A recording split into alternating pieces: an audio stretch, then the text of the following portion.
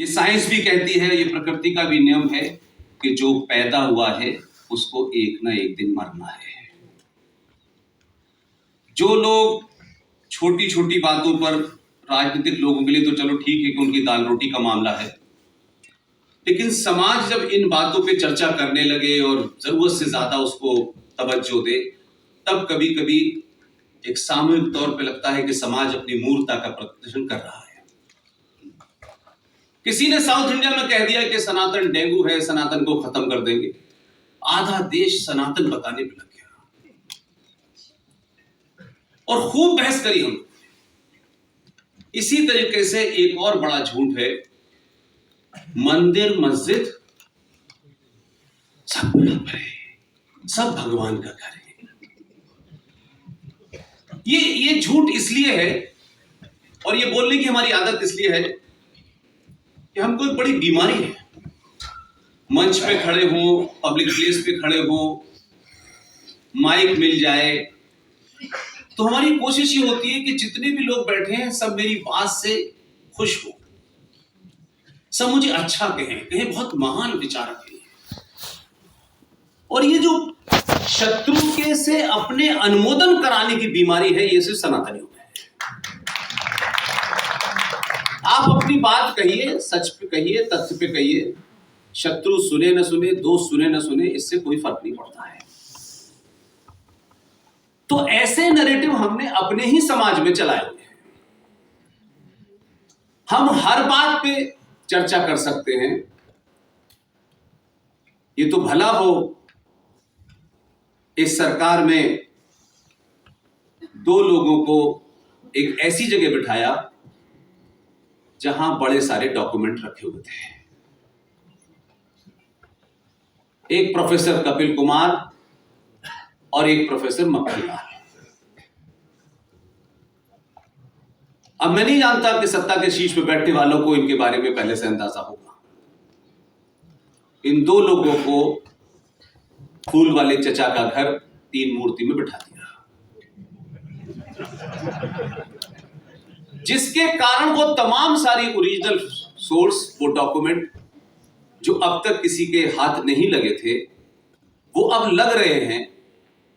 तो ऐसी चीजें कि कहीं इरफान हबीब ने लिख दिया, कहीं रोमिला थापर ने लिख दिया, तो पूरा समाज उन लिखे हुए लोग, 29 साल की उम्र में रोमिला थापर जो है भारत का इतिहास लिख रही है और वो खुद अपनी किताब में लिखती है कि मैं इंग्लैंड गई थी भारत को समझने के लिए। अब ऐसे लोगों का हम इतिहास लिख रहे हैं और पढ़ रहे हैं और उस पर चर्चा कर रहे हैं, तो कम से कम जो प्रोफेसर मक्खन लाल जो इत्तेफाक से अलीगढ़ मुस्लिम विश्वविद्यालय में थे, मेरा जन्म अलीगढ़ मुस्लिम विश्वविद्यालय का है, मैं उसी स्कूल से पढ़ के आया हूं जहां कुरान मजीद, नमाज, रोजा ये सब हमारी जिंदगी का हिस्सा था, इसलिए तो कोई कंफ्यूजन नहीं है मुझे। प्रोफेसर कपिल कुमार मक्खन लाल जी ने एक क्रोनोलॉजी दी कि किस तरीके से 1857 के बाद कास्ट की सारी बातें कही, लेकिन उसमें एक पॉइंट ऐड मैंने कहा मक्खन लाल जी से, उन्होंने कहा वो आप कहिएगा कि 1857 में जो क्रांति हुई उससे अंग्रेज ने घबराकर बहुत सारे काम किए जिनका जिक्र प्रोफेसर मक्खन लाल ने किया, और उसकी आखिरी परिणति ये हुई कि इटावा नाम की एक जगह है, वहां एक कलेक्टर था जो अंग्रेजों के खुफिया विभाग में काम करता था। उस आदमी ने इंडियन नेशनल कांग्रेस की नींव रखी और ये तलाशा गया कि कौन लोग हैं जो शाम के 5-6 बजे के बाद विशेष जल पीते हैं, किनको डांस करना है, किनको अंग्रेजी आती है, ऐसे लोगों का एक क्लब बनाया। तो इंडियन नेशनल कांग्रेस शुरू में एक क्लब थी लाइक माइंडेड लोगों की, और ये इसलिए बनाया गया ताकि अंग्रेजों और भारत के स्वतंत्रता सेनानियों के बीच में जब भी कोई सशस्त्र वाला मामला आएगा तो इंडियन नेशनल कांग्रेस बीच में निगोशिएट करेगी। 1885 में वो ह्यूम कांग्रेस को बनाता है, 5-5 अध्यक्ष अंग्रेज रहते हैं, और आज भी हम ये मानते हैं कि इंडियन नेशनल कांग्रेस भारत की आजादी के लिए बनी थी। और उसके बाद एक कहीं बता दिया गया कि पता नहीं किसने बोला, कहां बोला, कैसे बोला, पूरी एक 70-75 साल निकल गए, कई लोग चले गए बेचारे। जिस राष्ट्र को, जिस देश को अपने जन्म लेने वाले दिन का भी नहीं पता, उसकी यही दुर्गति होती है।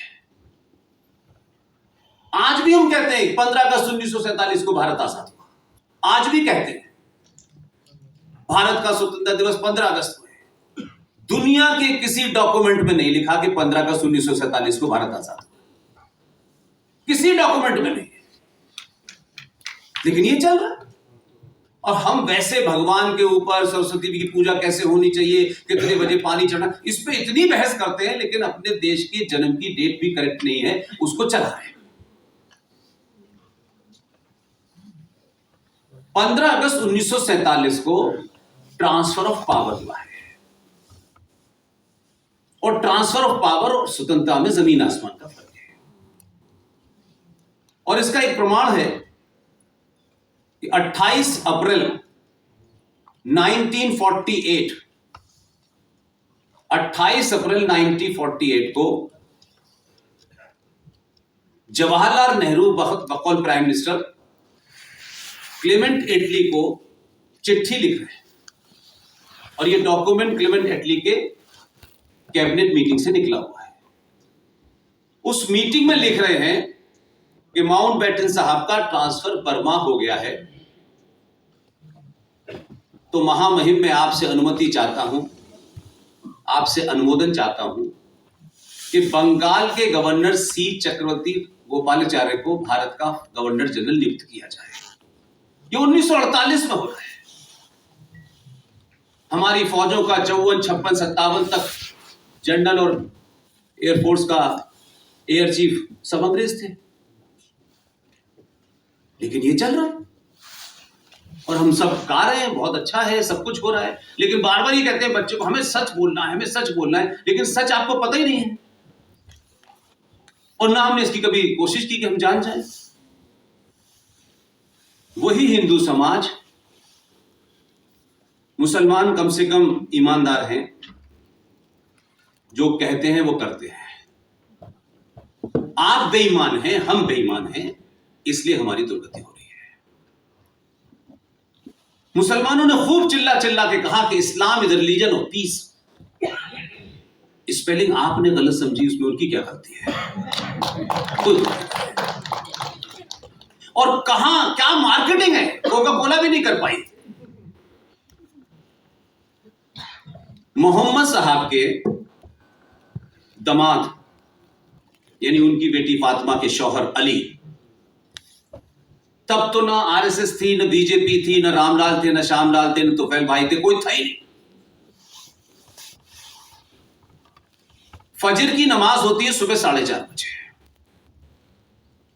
जब अली उनके दामाद नमाज पढ़ने मस्जिद में गए तो तलवार से उनकी गर्दन कोई रामलाल ने नहीं काटी,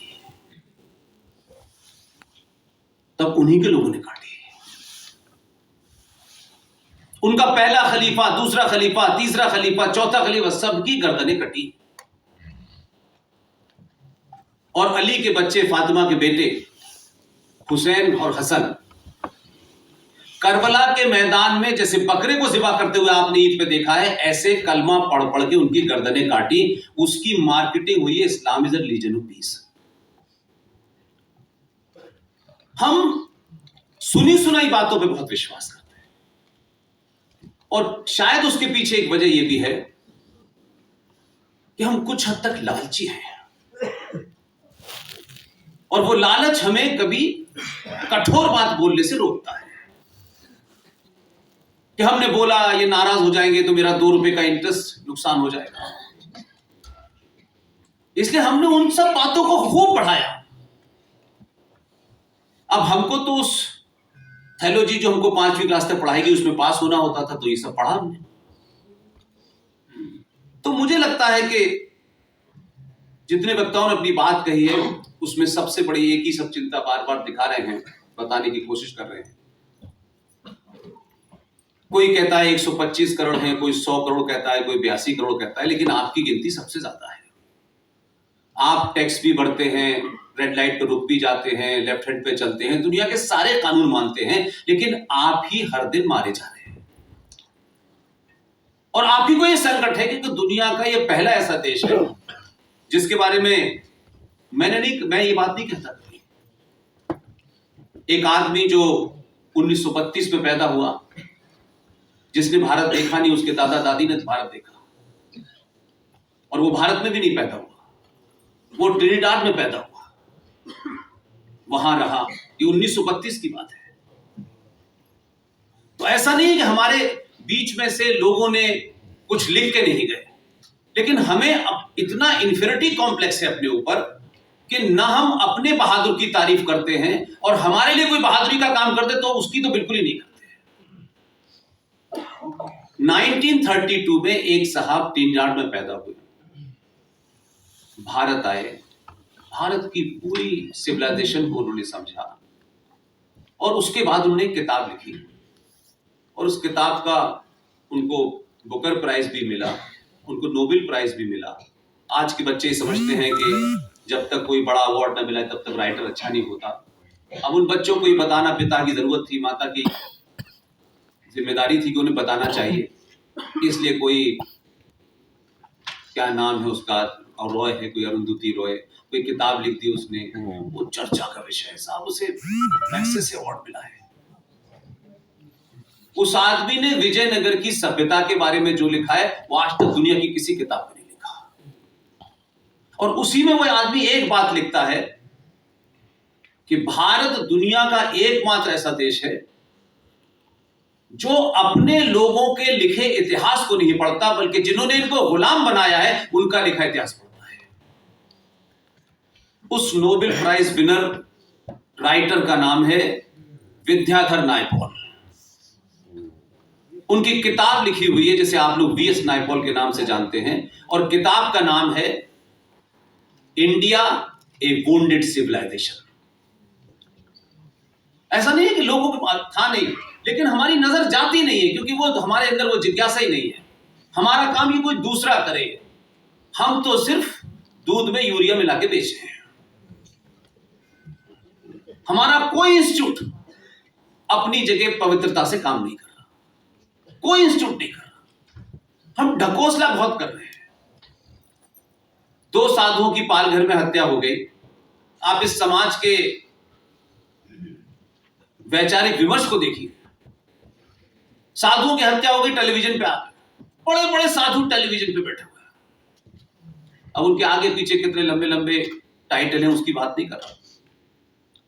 राजीव भाई, हर टेलीविजन की डिबेट पे पालघर में जो साधु आते थे, चलिए पॉलिटिशियंस आते हैं समझ में आता है, साधु आके डिबेट में क्या कहते हैं कि देखिए अभी कोविड चल रहा है, कोविड के बाद हम इस मुद्दे पे मार्च निकालेंगे। ये हमारे विमर्श का हिस्सा है। हम दुनिया की मांगे रोज करते हैं सरकार से, और उसमें एक मुख्य मांग है कि भारत को हिंदू राष्ट्र बना दीजिए। 90 साल का आदमी भी भारत को हिंदू राष्ट्र बनाना चाहता है, और 20 साल का बच्चा भी चाहता है।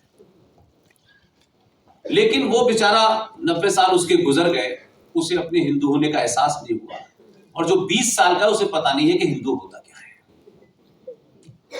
हम हर चीज सरकार से चाहते हैं, खुद नहीं करना चाहते।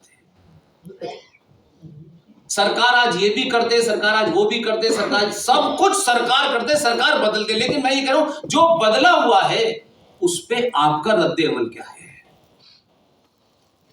इसलिए हम एक कोई आइकॉन ढूंढते हैं, फिर उसके पीछे लग जाते हैं और सोचते हैं ये सब कुछ कर देगा, बस उसके बाद सिर्फ राम राज हो जाएगा। ये नहीं होगा। वो जिनकी बात आप इशारों में करते हैं, मैं अलीगढ़ यूनिवर्सिटी में पैदा हुआ हूं, उन चीजों को मैंने पास से देखा है। छोटे भाई का पजामा, बड़े भाई का कुर्ता, वो कभी गिनती पे बल नहीं देते कि हम 100 करोड़ होंगे, 300 लोग पार्लियामेंट में हमारे जीतेंगे, तब हम ये कानून बनवाएंगे। वो इस चक्कर में पड़ते ही नहीं है।